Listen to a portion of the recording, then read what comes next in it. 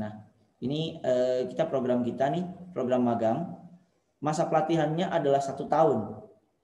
Gitu, masa pelatihan 1 tahun di sini ya.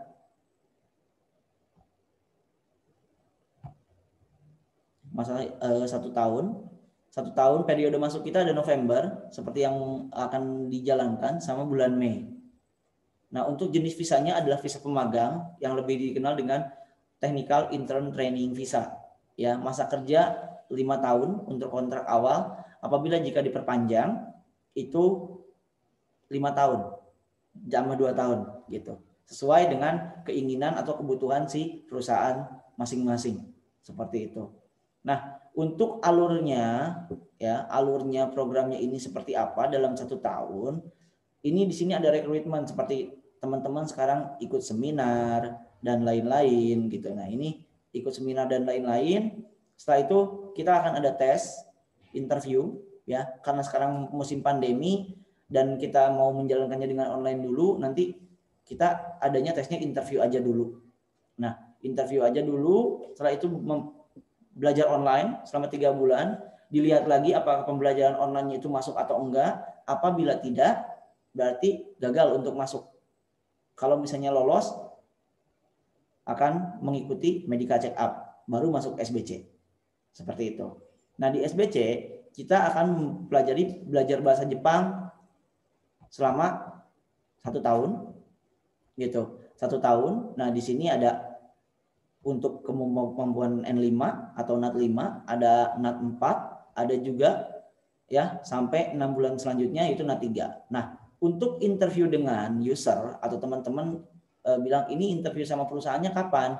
Interview dengan perusahaannya itu adalah setelah dengan teman-teman mencapai kemampuan bahasa Jepang N4. Baru teman-teman akan melaksanakan interview. Jadi lama atau tidaknya program sebenarnya di LPK kita tergantung dengan kemampuan bahasa Jepang teman-teman sendiri. Gitu. Kalau misalnya dapat N4-nya lama karena persyaratannya adalah N4 terlebih dahulu, maka interviewnya pun akan sedikit lama. Seperti itu. Ya, otomatis pemberangkatannya pun akan sedikit lambat. Seperti itu. Ya, ini seperti ini. Nanti kalau misalnya ini ada pertanyaan di sesi yang ini nanti kita akan bahas lagi. Ya. Oke. Kita lanjut ke slide selanjutnya. Oke, seperti apa sih ruang lingkup pekerjaannya itu? Macet nih. Ininya sih screen-nya. Agak lambat. Screen-nya agak lambat ya. Oke, bentar kita ini dulu, kita lepas dulu karena screen-nya agak lambat. Oke. Nah, ini ruang lingkup pekerjaannya. Ya. Jadi kalau misalnya teman-teman lihat ya si pekerjaannya ini, nah ini, oke. Nah pekerjaannya ini kalau dibayangin teman-teman bayangin, aku jadi caregiver, perawat lansia, ya merawat lansia di Jepang. Jangan-jangan aku dipekerjakan seperti pembantu rumah tangga atau seperti apa? Nah ini banyak di Facebook teman-teman yang kemarin bilang kayak gitu ke saya ya, ke staff saya juga gitu. Nah untuk jelasnya lebih enaknya untuk ruang lingkupnya benar atau enggaknya aku minta ke Kak Leni deh. Kak Leni coba bisa tolong jelasin nggak pekerjaannya tuh benar seperti apa yang ada di gambar si panti jomponya itu atau kayak di rumahan atau kayak gimana?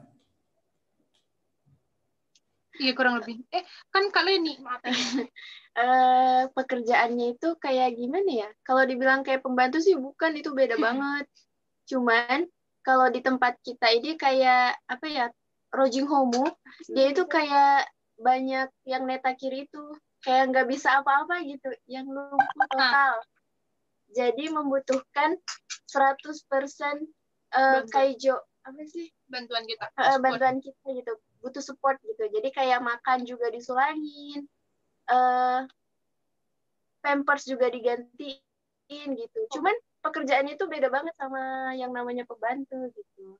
Cuman sih intinya dalam kesehariannya lansia itu kita semua ngelakuin kayak misalnya sentaku, laundry gitu kan. Nah di situ juga kita ngelakuin bagi-bagi tugas dan itu kayak ada dibagi tim gitu. Jadi tim bagian gantiin pampers yang mana, tim yang bagian ngasih apa ya? Swibung. Swibung. Apa sih bahasa Indonesianya, Sensei? Swibung apa sih? Apa? Ngasih apa? Swibung. Swibung kayak makan gitu, kasih makan atau ya makanan ringan gitu ya Sensei. Gitu. Terus ada yang tim untuk apa? Tim untuk mandiin juga gitu. Jadi bener-bener beda deh kalau misalnya kalian ngiranya itu itu beda banget. Malahan itu lebih kayak ke apa? Kayak perawat ya. Mirip lebih ke perawat juga sih kalau di Indonesianya gitu. Oke, ya. Untuk fasilitasnya sendiri mirip seperti ini atau kayak gimana? Dibandingkan dengan Kak Leni yang dulu pernah datang ke panti jompo waktu PKL tuh, waktu keperawatan, gimana? Jauh banget Sensei. Itu persis banget sama yang digambar itu. Persis banget. Satu kamarnya itu 4 orang ya. Paling banyak 4 orang. Cuman kebanyakan sih 2 ya. 2 orang gitu satu kamar. Dan kamarnya itu kalau di Indonesia ya ibaratkan kayak kamar VIP ya kalau di rumah sakitnya gitu. Dan beda banget sama panti jompo di Indonesia pastinya. Lebih bersih, ya. Lebih terawat gitu. Benar-benar kayak rumah sakit deh. Oke, makasih banyak. Nanti ditanya lagi kalau misalnya saya minta penjelasan lagi. Oke, nah ini gambaran pekerjaannya ya.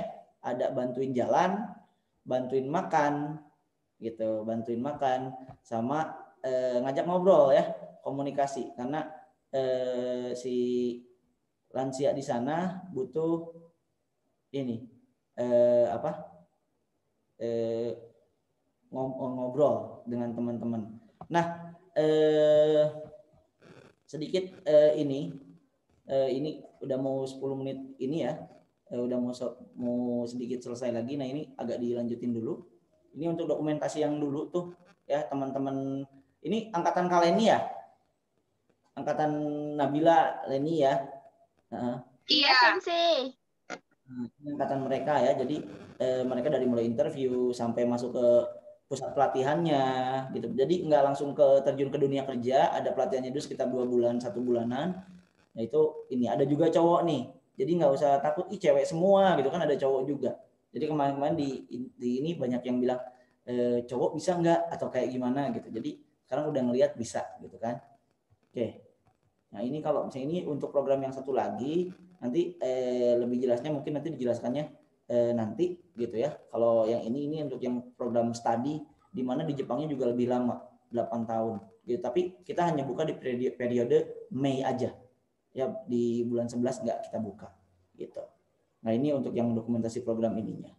Nah ini untuk biaya magang sebagai caregiver untuk saat ini. Biayanya bisa dipinjamkan ya, bisa dipinjamkan. Total biaya yang dipinjamkan adalah 35 juta. Ini sudah termasuk biaya asrama, biaya makan, biaya ujian, biaya belajar, biaya medical check up tahap 2, biaya buku dan baju dan seragam. Untuk visa dan paspor itu sendiri. Gitu. Ya, kita bikin keputusan kalau misalnya yang kemarin di Facebook itu 36 juta gitu sama visa paspor, kita ambil 1 jutanya silakan diorganisir sendiri, takutnya nanti biaya paspornya kita tambah-tambahin atau kayak gimana gitu. Jadi kita diiniin ya. Jadi di sini juga ada biaya intensif. Intensif ini bagi teman-teman yang memang bukan lulusan keperawatan. Seperti itu. Nah, jika teman-teman, oh aku punya uang ya, jadi aku punya uang, jadi aku bayar aja cash. Ya, pembayarannya kita diskon ya. Jadi 27 juta, kita membayar 35 juta. Untuk 35 juta ini dibayarnya di Jepang apabila lolos seleksi kita. Seperti itu. Ya.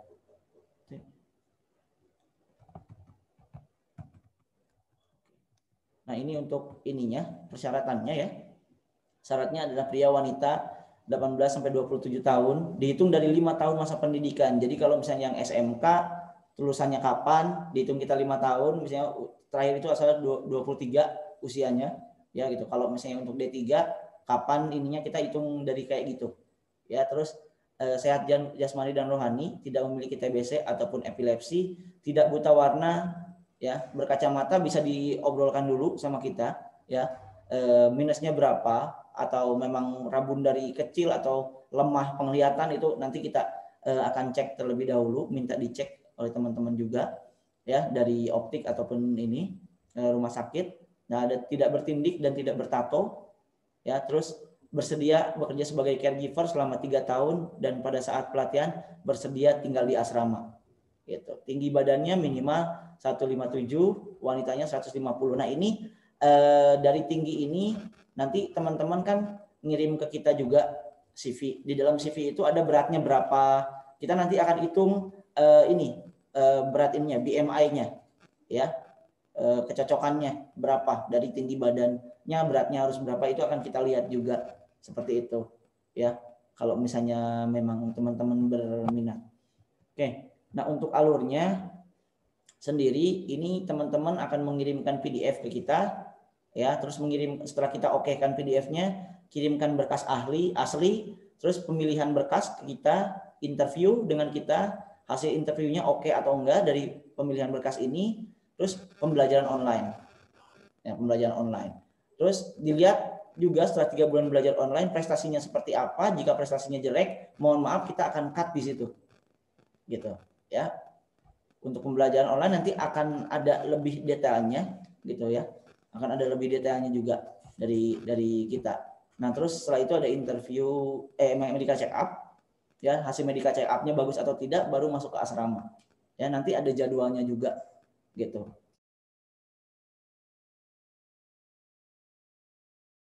Ya, jadi ayo silakan ngobrol sama. Ya, selamat siang, Sensei. Oke, siang. Dengan Mbak siapa ini? Dengan Mbak siapa? Saya Clarencia Rondang, Sensei. Oh, Mbak Claren ya, yang kemarin WhatsApp ya? Iya. Ya. Kamu tanyain? Saya mau nanya sama Kak Nabila sama Kak Marleni, boleh, Sensei? Boleh banget. Oke. Selamat siang, Kak Nabila, Kak Marleni. Saya mau nanya, Kak. Kira-kira biaya kebutuhan sehari per bulannya itu berapa ya, Kak, kebutuhan hidup di Jepang gitu kira-kira. Kan gini ya, kami kan satu rumah itu ada 8 orang ya.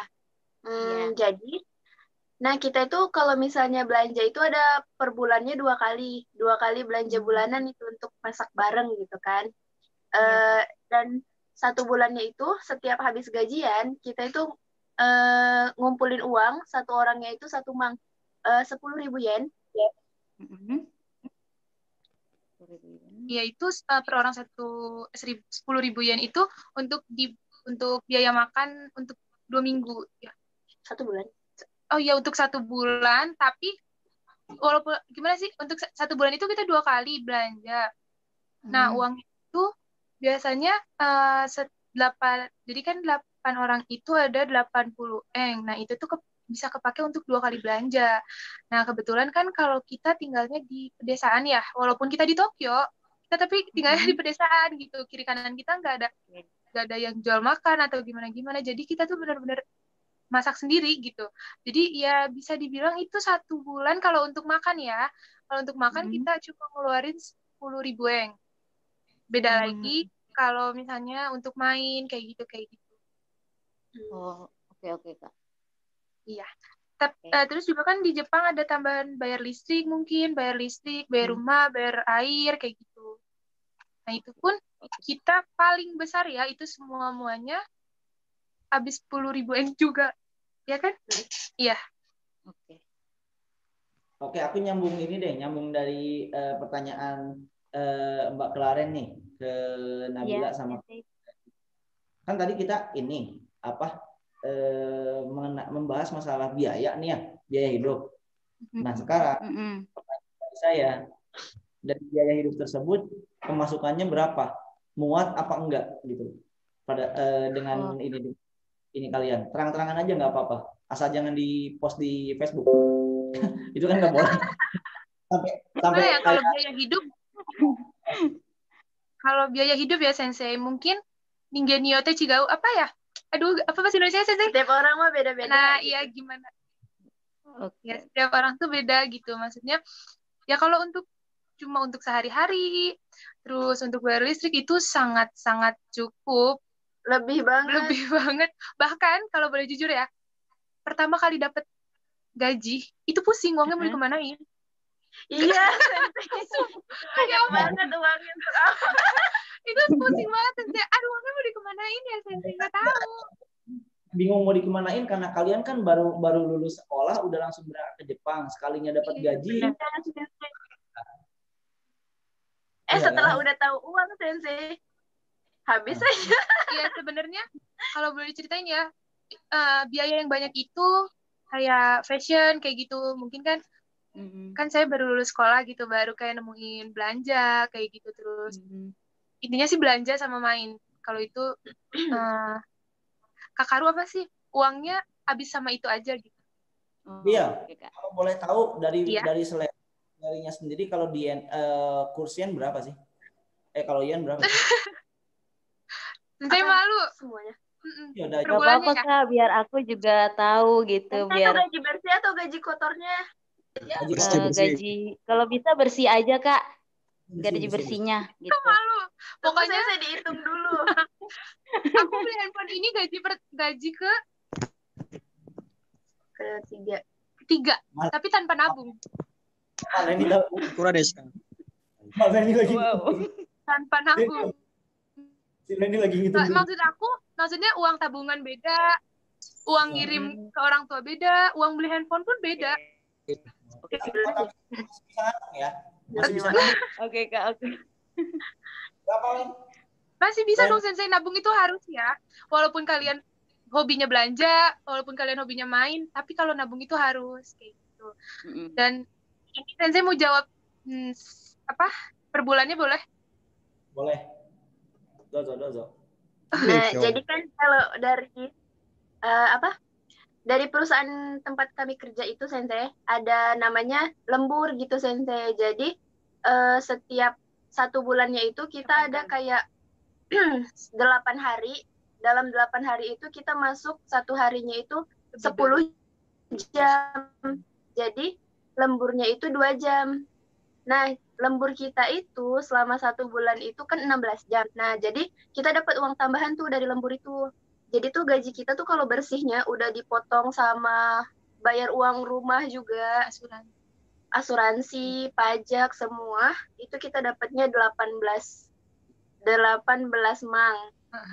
Nah, terus kan kurs sekarang itu Rp139. Jadi kalau misalnya dikaliin itu dapatnya 25 juta. 25 juta. Ya. Makanya kita pusing loh ngabisinnya kayak gimana.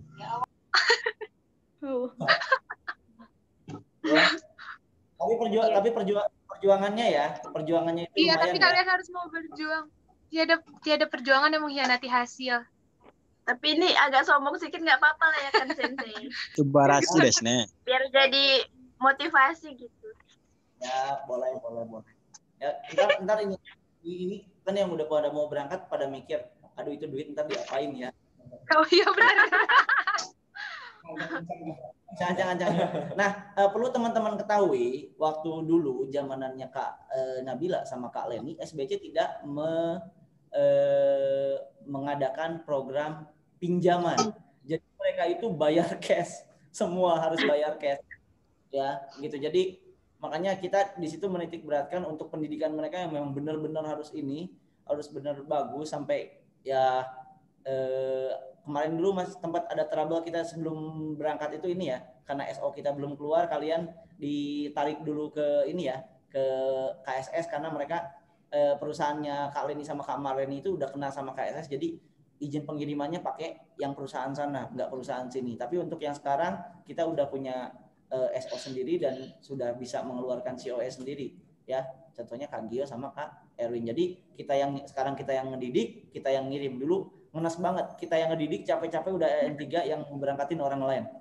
Itu agak kita yang berjuang yang dapetin orang lain. Ya kayak gitu. Jadi kita sedikit simpulkan lagi untuk salary-nya tadi itu range-nya, karena di Tokyo ya, kalau di Tokyo lebih tinggi juga ini. Sebenarnya sih kalau misalnya biaya hidup dulu pun sama antara Tokyo dan daerah-daerah lain, ada UMR-nya dan harga barang pun agak beda-beda. Ya, jadi memang Jepang itu disesuaikan. UMR-nya segini, harga barangnya pun segini. UMR-nya kecil, harga beli barang jual belinya pun kecil gitu. Jadi masih bisa untuk nabung dan lain-lain. Ya. Kangen rumah nggak? Kangen Sensei. Kalau rumah mah nggak kangen, Sensei, kangennya keluarga. Masya Allah. Oke, jadi seperti itu dari Kak Nabila. Nah sekarang aku mau tanya juga nih, ngewakilin teman-teman. Nggak enaknya jadi caregiver itu apa? Nggak enaknya jadi perawat lansia, karena mereka perawat lansia. Kayak Gomen misalnya kayak gini, kamu kan cewek, perawat lansia nggak pilih-pilih dong mau cewek atau cowok pada saat nge-support mandi, ya kan? Nggak pilih-pilih dong. Nah itu gimana? Kembali lagi ke waktu SMK kan kita pernah juga ya Sensei, kayak SMK itu waktu itu ada praktek kayak gitu kan, di rumah sakit juga nggak milih cowok atau cewek, emang itu udah pekerjaan kita, balik lagi itu tanggung jawab kita, ya mau nggak mau itu harus dikerjain. Nanti juga terbiasa kok. Oke. Ya, nanti juga kebiasa. Jadi teman-teman nggak usah takut ya. Ada lagi pertanyaan lain nggak sebelum ini? Kan tinggal 2 menit lagi nih, nggak enak kalau misalnya putus nih. Del, nanti kita sambung lagi pas di link yang ketiga ya. Nanti kita juga mau dengar nih keterangan dari mas-mas kece ini, habis diapain aja di SBC sama saya gitu ya. Seperti apa, kayak gimana, biar teman-teman tahu pendidikannya kayak gimana dan seperti apa. Oke, yuk kita sambung ke link yang ketiga ya. Iya Sensei. Kerjanya itu seperti apa? Nah, adaptasi ini mengenai adaptasi pekerjaan. Ya. Kalau adaptasinya gimana ya? Cukup susah ya. Cuman ya, kan sebelum kita kerja itu kan kita ada namanya pendidikan 2 bulan itu apa ya Sensei namanya? Yang pelatihan juga. Pelatihan tentang caregiver gitu kan sebelum kerja gitu. Jadi sedikit banyaknya kita tahu tuh dari situ ada gambaran ini gimana prakteknya gimana gitu kan. Dan sampai di tempat kerjanya juga karena kita JCC, jadi kita tuh dapat ini penanggung jawab satu-satu gitu. Kan kita berempat ya. Kita dapat penanggung jawab satu-satu. Jadi setiap kita kerja gitu sama penanggung jawab kita itu gitu. Jadi penanggung jawab itu yang ngasih tahu kita ini cara kerjanya gini gitu. Jadi kalau misalnya ada apa-apa, kita tanya tuh sama mereka ini gimana gitu. Jadi saling sharing gitu. Dan untuk apa sih namanya itu? Untuk adaptasinya sih karena kita perawat juga ya. Nggak terlalu susah, soalnya setidaknya kita udah tahu dunia kerja kayak gimana. Gitu sih. Cuman lebih kayak ke ini ya, kayak ke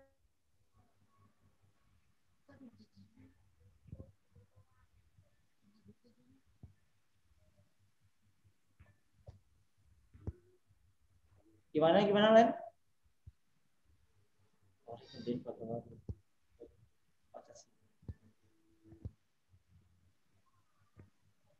Oh, Leninya. Len? Gimana, Del? Tidak sih. Pokoknya jangan semuanya butuh proses. Butuh proses. Sekarang kita teman-teman kan banyak nih yang dari bukan lulusan kesehatan nih, keperawatan atau yang lain juga nih. Nih, Bang Gio mau ceritain gimana stepnya dia sampai ini apa? sekarang sudah keluar izin tinggalnya si OE kayak gimana? Bisa dijelasin Bang Gio? Ya, selamat siang. Di sini nih. Sini. Selamat siang. Nama saya Gio Pani. Saya dari Indramayu. Saya masuk dari bulan 11 kemarin ya, tahun kemarin. Dan saya bukan jurusan perawat juga, saya dari jurusan ini mesin STM. Sebenarnya sih agak nyeleweng juga dari STM gitu ke perawat ya. Tapi mau gimana lagi, sebenarnya jujur juga dari dulu saya pengen masuk ke bidang perawat gitu. Tapi kan tahu sendiri kan kalau masuk ke perawatan biaya prakteknya juga lumayan kan kalau di daerah saya mah, kalau di daerah Bekasi. Dan setelah itu ya udah sih masuk ke STM, masuk ke ikut-ikut teman. Pas itu udah lulus tuh SMK, gimana atuh nggak ada kayak tujuan. Pas itu ada kayak SBC ini apa ya, menerima talangan gitu, dana talangan, dan bukan perawat juga bisa masuk ke situ. Dan saya kan ini saya mikir, wah ini kesempatan bagus ini untuk saya, masuklah pas itu daftar ke sini diantar sama orang. Iya, diantar sama kuda. Setelah itu saya masuk, ya ditanya-tanya juga, Mas sebelum masuk juga di sini di interview sama sebelumnya Mia Sensei. Di interview, alhamdulillah masuk ke sini, ke seleksi. Dan setelah seleksi, mungkin masuk ke sini gratis sih, paling bayar baju doang 300.000 sama buku itu mah wajar kan ya. Itu dulu ya. Iya dulu, tapi dulu. Setelah itu saya belajar, kan sebelumnya saya juga pernah belajar bahasa Jepang. Setelah sebulan di sini saya kan sebelumnya ikut JLPT, daftar tuh ikut JLPT, baru ikut JLPT, nilainya belum memuaskan karena belajarnya nggak benar di sana sebelumnya. Setelah itu saya ikut lagi di ini SBC, ikut N5, NAT 5 ya. Setelah belajar 2 bulan di SBC, itu 2 bulan ya di SBC, ikut N5, lumayan itu nilai NAT 5-nya di atas 160 kan. Nah saya di situ ya kayak nggak percaya aja. Saya yang dulunya orang yang nggak jelas gitu, pas di sini benar-benar rajin, kayak beda gitu. Apa ya? Beda aja yang dulu saya, maaf aja nih, dulu saya pemalas, saya juga dulu pas sampai sini saya jadi tiba-tiba rajin. Karena apa? Saya punya tujuan juga di sini. Karena punya keluarga juga kan, punya adik untuk di sekolahin. Buat di sekolahin juga. Dari situ juga saya berjuang untuk pergi ke Jepang. Dan di sini teman-teman saya juga kebanyakan perawat kan, saya bukan perawat, tapi saya pengen gitu membuktikan kepada teman-teman saya bahwa non keperawatan juga bisa untuk pergi ke Jepang. Sempat minder nggak? Sempat minder juga sih. Aduh, iya anak STM sendiri. Ya pas itu saya berusaha lah untuk pas itu kan, jadi setiap minggu tuh kita di sini ada nilai gitu, penilaian setiap akhir minggu ya, setiap hari Sabtu kayak ujian. Jadi setiap hari kita ada mini tes. Setiap hari kita apa yang dipelajarin hari itu nanti besoknya keluar. Dan hari terakhir itu hari Minggu itu tuh dari hari Senin sampai hari hari Senin sampai hari Jumat itu pasti dikeluarin di hari Sabtu semua pelajaran.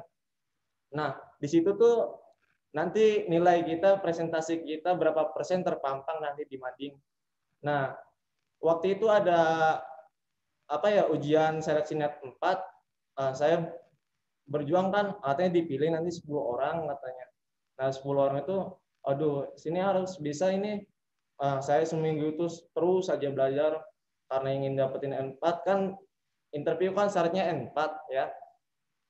Saya terus bersemangat dan itu dapat itu, saya waktu itu kedua, ke1, ke3. Nah pas itu alhamdulillah kepilih lah ke NAT 4, dan gara-gara ini ada corona jadi kan dibatalin di bulan 6. Setelah itu ikutlah N4 setelah itu lulus. Alhamdulillah juga nilainya memuaskan menurut saya, dapat predikat A ya. Mungkin dari belajar di sini, karena di sini banyak guru juga, 3 guru di sini. Dan kalian juga bisa apa ya? Misalkan kalian cocoknya sama guru ini, kalian bisa nanya ke guru ini. Misalkan kalian cocoknya ke guru ini, jadi kalian kagak sungkan juga nanya ke guru di sini, karena gurunya juga asik-asik kok. Udah kepo aja. Sama nih. Setelah itu, nah pas itu adalah dipilih interview. Untung saya kan udah dapat N4 itu. Lawannya keperawatan semua udah pada N4. Aduh, saya jujur aja udah mikir, pasti ini nggak lulus kan, gara-gara saya mungkin nggak perawat katanya. Tapi saya kan apa yang saya modalin untuk pergi ke Jepang ini dengan bahasa saya harus bagus, walaupun apa ya di bidang keperawatan saya masih kurang lah. Saya di situ dibuktikan di interview tersebut, dan alhamdulillah saya terpilih sama ini Bang Erwin di sebelah saya. Alhamdulillah situ saya senangnya nggak ketahan sampai nangis. Saya peluk, masih takut juga. Itu juga masih takut karena COE masih belum turun. Masih bukan keperawatan. Masih bukan keperawatan. Nah pas itu saya udah ngisi-ngisi berkas, tinggal dapetin N3. Sekarang N3 juga dibatalin lagi kan corona ya. Gara-gara corona lagi. Sebenarnya udah dapat N3, gara-gara corona saya ini dibatalin lagi. Dan setelah tanda tangan kontrak, setelah nunggu lama 3 bulan, akhirnya sewa-nya kemarin baru 2 hari yang lalu 3 hari yang lalu itu udah turun. Senangnya minta ampun sampai nangis. Ya gitu aja. Tapi mungkin ada, kan kita kan masuk ke sini kan bukan non keperawatan ya. Jadi kita sebelum ini interview juga kita intensif. Nanti kita intensifnya di Cianjur. Kan kita kan nanti di Jepang mau masuk ke ini, mau belajar bekerja sebagai perawat lansia. Jadi nanti kita di sana belajar tentang dikhususkan untuk merawat lansia aja. Tapi ada juga sih tentang keperawatan yang lain, kayak seperti olahraga senam, membersihkan yang lain-lain, pokoknya tentang keperawatan juga ada kok. Sekian saja dari saya sih. Mungkin ada yang ditanyakan lagi? Kak. Ya. Mau nanya, yang kalau misalnya kan salah satu syarat kelulusan, maksudnya salah satu syarat untuk masuk di SBC itu lulusan SMK keperawatan atau D1 keperawatan. Terus kalau misalnya lulusan SMA bagaimana Kak? Bisa atau tidak lulusan SMA? Saya jawab ya. Lulusan lulusan sendiri kan, karena Bang Gio juga ini ya, dia STM. Kebayang STM ini mensupport lansia, mau dipakein ini kunci Inggris atau kayak gimana mungkin. Tapi bisa kok ya untuk yang anak SMA atau jurusan lain bisa kok ya. Cuman satu, biayanya itu nanti yang dipinjamkan lebih beda dibandingkan dengan yang lulusan keperawatan. Kenapa berbeda? Ya, karena gini. Kalau misalnya untuk yang keperawatan, dia sudah punya basic untuk keperawatan lansia atau perawatan gerontik ya di sekolahnya.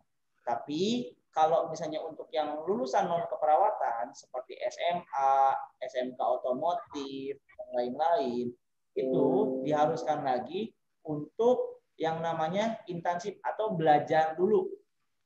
Belajarnya apa? Belajarnya itu pada saat sebelum masuk ke sini, nanti kita yang tentuin jadwalnya, gitu. Misalnya berapa orang nih yang ikutan kita, yang non keperawatan, misal 9 orang, tanggal sekian sebelum masuk ke SBC berangkat ke Cianjur di sana dulu. Nah itu di sana dulu, nanti dapat sertifikatnya, gitu. Dapat sertifikatnya, nah sertifikat itu diinikan juga. Nah yang perlu diperhatikan adalah pada saat setelah lulus ada jarak dulu apa enggak. Gitu. Jadi teman-teman itu kapan lulusan tahun berapanya gitu. Itu yang kita lihat kalau lulusan SMA itu. Misal lulusannya lulusan tahun ini, itu kita akan bingung untuk intensifnya. Lulusannya kan bulan 5 ya, bulan 5 kelulusan. 6, 7, 8, 9, 10. Nah ini bulan 10 nih, bulan 10 itu harus 5, 6, 7, 8, 9, 10, 11. Berarti sampai bulan 11 itu harus ada jarak kosong. Ibaratnya nggak ngapa-ngapain gitu di rumah tuh. Nggak ngapa-ngapain. Nah itu nanti supaya bisa diberikan sertifikatnya oleh pihak intensifnya. Karena harus ada jarak kosong. Gitu. Karena intensifnya cuma 2 minggu, nggak lama-lama. Gitu. Nah, tapi kita akan menuliskannya 6 bulan. Supaya sama seperti apa yang orang Jepang minta. Nah, untuk biaya intensif tersebut, kan tadi kalau misalnya biayanya dipinjamkan ke kita dibayar di Jepang itu 35 juta ya. 35 juta. Ditambah biaya intensifnya 5 juta. Totalnya yang harus dikembalikan di Jepang adalah 40 juta. Jadi nanti kalau misalnya cara pengembaliannya di Jepang itu kayak gimana? Teman-teman pernah lihat bapak teman-teman ini nggak? Angsuran motor nggak? Ada kartunya tuh, harus dibawa ke Indomaret. Biar dicap sama pegawai Indomaret atau kayak gimana. Nah kayak gitu. Nanti teman-teman, dan nggak dipotong ya. Kita nggak motong. Jadi, Sensei, dipotong gaji. Enggak. Teman-teman yang harus ngirimin ke kita kesadaran aja. Gitu loh. Ya, kesadaran aja. Dengan gaji yang tadi Mbak Kaleni udah bilang sekitaran 25 juta, masa sih nggak bisa sebulannya cuma 3 juta doang ngangsur selama 1 tahun. Gitu. Jadi nggak langsung jeger harus semua dibayar, nggak. Ada periode-periodenya. Bulan ini bayar 1,2 atau misalnya ya 1,2, bulan ini bayar misalnya 40 juta dibagi 12 aja. Berarti berapa jatuhnya 38 atau kayak gimana. Itu digantinya dengan rupiah ya. Jangan dengan yen. Jadi kita nggak mau ada biaya administrasi yang lain-lain. Harus 40 juta, tok 40 juta. Nggak boleh lebih. Apalagi kurang. Gitu loh. Ya. Jadi nanti ada listnya sendiri. Gitu loh. Ya. Seperti itu. Jadi seperti itu ininya. Namanya penjelasan untuk anak-anak yang bukan lulusan SMK keperawatan gitu. Ya. Paham nggak? Lulusan. Ya. Soalnya gini, yang lebih gini sih kalau saya menekankan kepada anak-anak yang lulusan non keperawatan itu, menekankan di sini SBC menekankan belajar yang rajin, nurut sama gurunya. Itu aja. Karena kenapa? Tadinya kita ibaratnya kan dulu sampai nggak dipungut biaya apapun ya. Ya, sekarang online harus dibayar 500.000 karena anak-anaknya nggak bertanggung jawab. Gitu itu dari pihak Jepangnya, udah dikasih enak kok kayak gitu sih, gitu katanya. Kok bisa banget sih kayak gitu ke kita katanya. Jadi untuk yang online saat ini terpaksa diadakan untuk biaya pendaftaran dicicil 3 kali ya, atau biaya online sebulannya 500.000. Tapi kalau misalnya teman-teman oke, setelah belajar online, lolos, ininya si pembelajarannya bagus, kita akan teruskan. Jadi nggak usah mikirin biaya selama di asrama untuk makan, terus biaya ini ya, tempat tinggal, biaya buku, biaya seragam, ya, biaya ujian, itu udah kita yang nanggung dan digantinya nanti di Jepang. Biaya intensif juga kalau misalnya untuk yang bukan lulusan kesehatan. Jadi kayak gitu. Jadi ibaratnya saya pengen lihat dulu teman-teman tanggung jawabnya kayak gimana. Tanggung jawabnya teman-teman bagus, yuk saya juga senang nge-supportnya. Kayak gitu. Ya.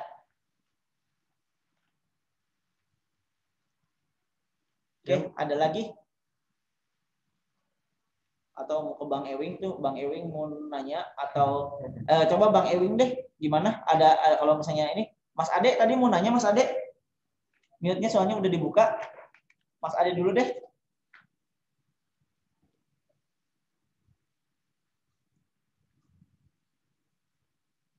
Kalau enggak Bang Ewing, kayak gimana Bang Ewing? Selama belajar di SBC kayak gimana? Oke. Ya. Nah, selamat siang. Assalamualaikum warahmatullahi wabarakatuh. Perkenalkan sama Erwin Abdul Hafid. Saya dari Sukabumi. Saya jurusan perawat, kebetulan ya.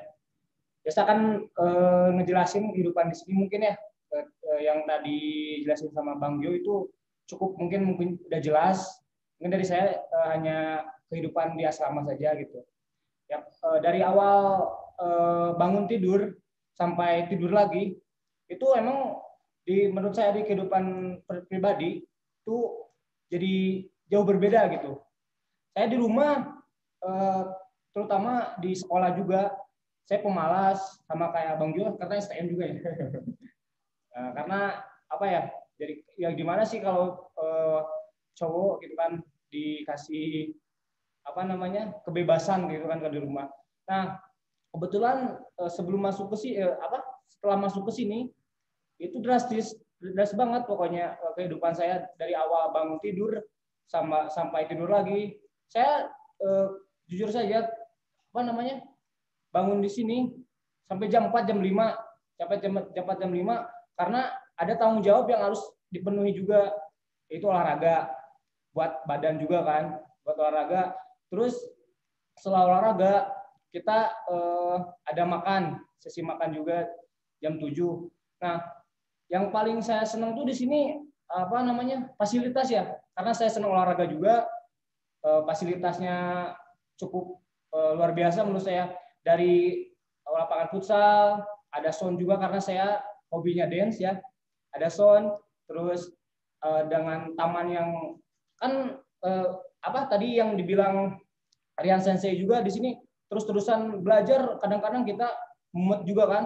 Nah, di sini ada obatnya gitu loh. Obatnya dengan taman yang indah sama apa namanya? Bunga-bunga gitu. Nah, di situ saya mungkin lebih terobati gitu kan. Nah, selama badannya gede, nah bunga-bunga. Nah, selama di sini saya gak ngerasa pengen pulang sebenarnya. Dengan nyamannya gitu loh. Dengan makan ya bisa disebut bebas ya kalau saya di sini. Itu makan jatah tiga kali doang sehari, tapi kadang-kadang saya nambah. Nah, di sini paling berbeda. Di sini ada ini juga ya. Apa namanya? Mesin cuci. Itu paling jarang banget setahu saya di sini. Di asrama-asrama yang lain. Nah, di sini ada disediain fasilitasnya. Walaupun rebutan. Nggak perlu ngucek.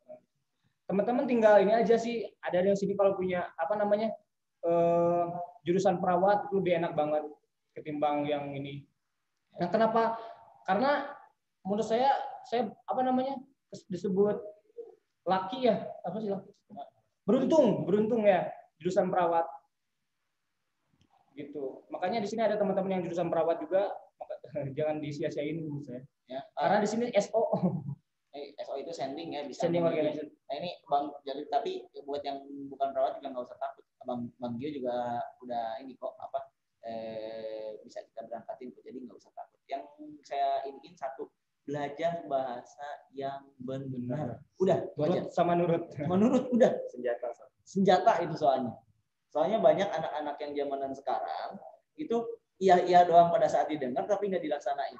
Ya, seperti teman-temannya Dela ya, yang udah di sini ya, beberapa orang Del kemarin mungkin banyak cerita-cerita ya sama Dela ya, seremnya Rian Sensei kayak gimana ngerinya kalau udah lagi ngamuk ya.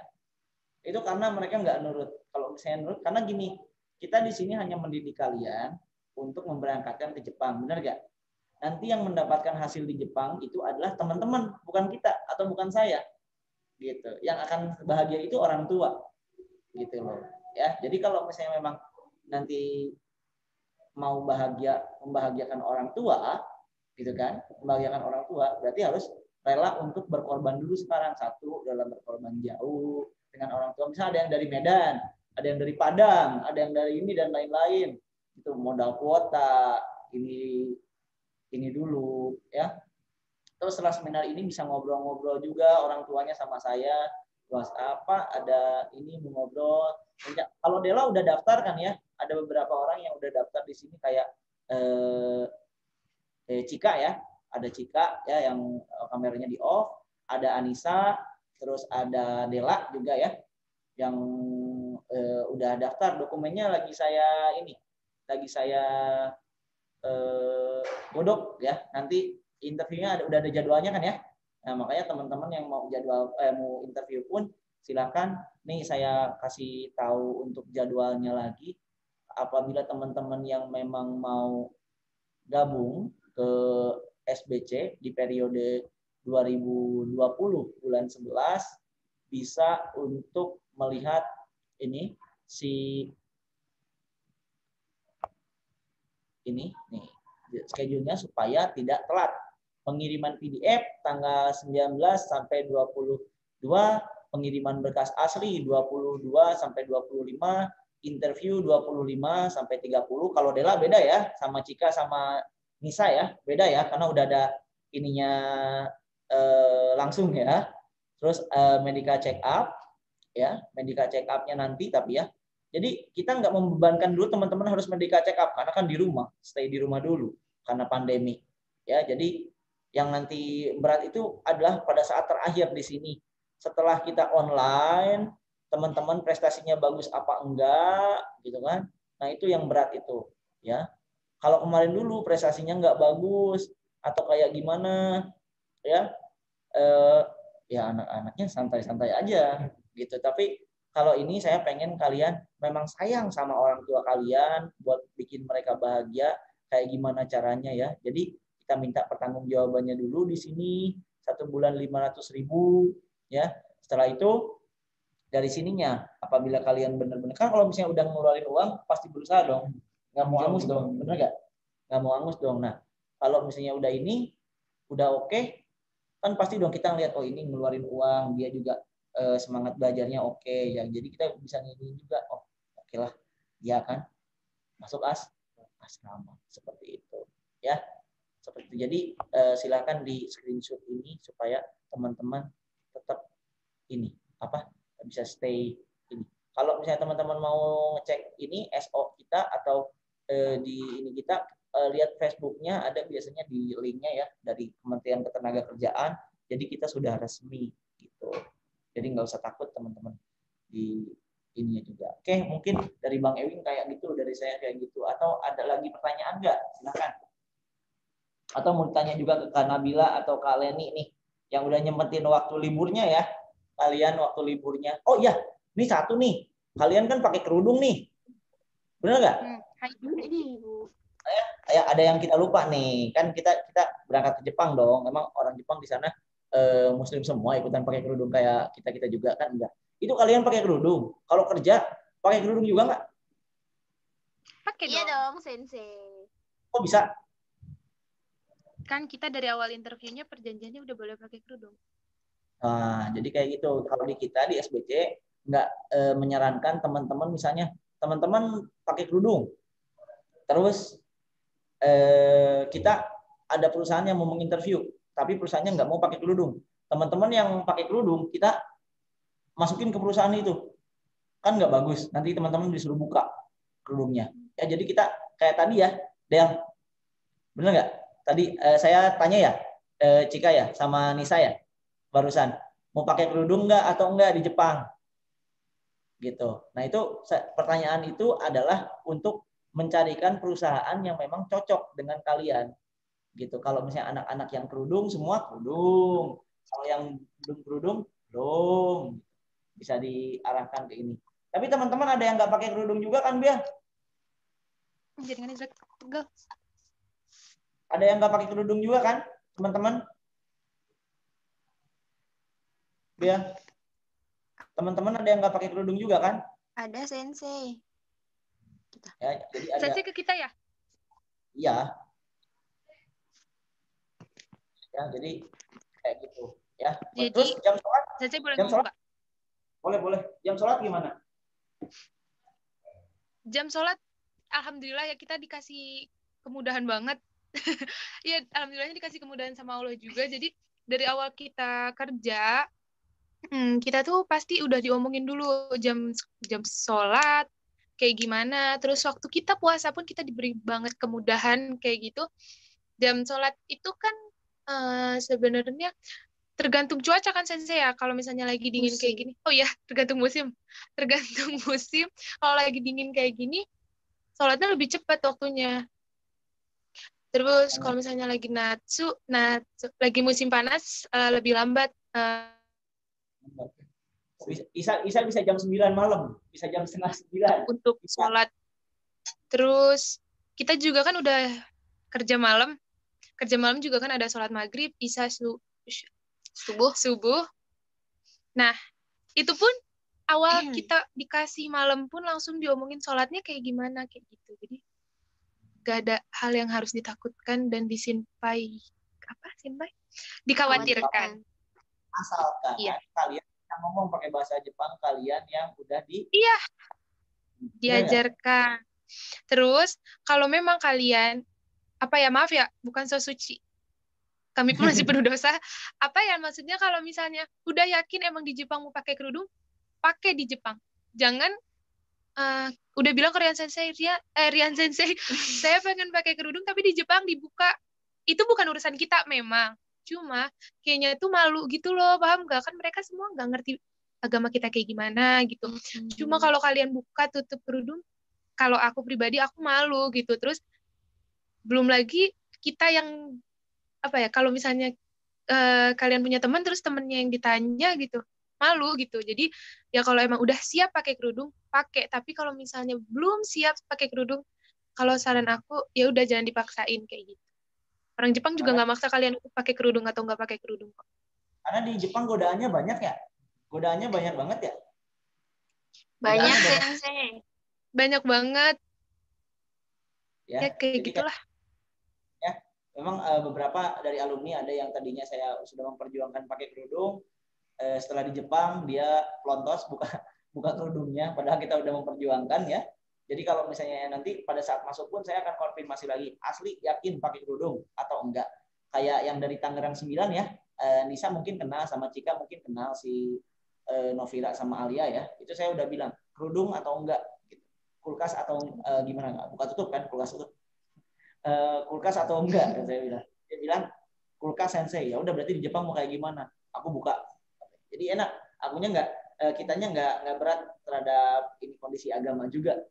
Nantinya ya lebih kayak gitu. Terus juga maksudnya Sensei kan maksudnya kan kita dari awal interview itu dikualifikasikan pakai kerudung atau enggak gitu.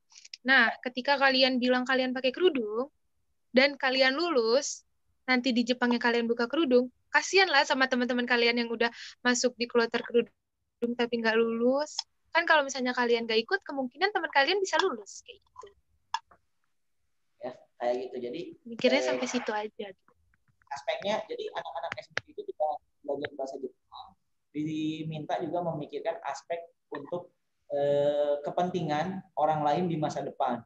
Apa yang dia perbuat untuk saat ini nanti akan berdampak pada teman-temannya atau adik-adiknya yang lainnya, kayak gitu.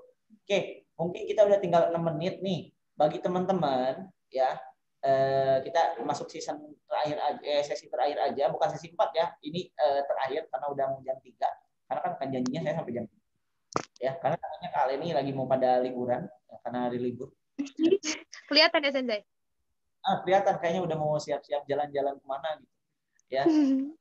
Ya, jadi buat teman-teman yang memang berminat untuk masuk ke SBC, datang ke SBC, ayo persiapkan diri, persiapkan mental kalian, ya, persiapkan mental kalian, ya semuanya, ya tujuannya mau membahagiakan orang tua, karena kalau membahagiakan orang tua kita akan support sekeras apapun di sini, sesakit apapun di sini, semuanya untuk kalian. Kita memberikan dana talangan pada saat masuk ke asrama untuk kalian, tapi kita ingin melihat tanggung jawab kalian terlebih dahulu di awal. Seperti itu. Karena banyak kemarin-kemarin ya, karena dana talangan enak nih. Jadi dia tangannya ini aja pada saat udah pembelajaran online hilang gitu, nggak datang ke sini. Dokumen nggak dikirim dengan benar atau kayak gimana. Kita nggak mau kayak gitu. Kita kenal dengan baik lewat Facebook ya, walaupun lewat Facebook ya. Kita kenal dengan baik lewat Facebook, kita kenal lewat dengan seminar ini dengan baik ya, sampai ke sini pun atau sampai akhir nanti berangkat ke Jepang pun saya pengen baik. Gitu, seperti itu ya.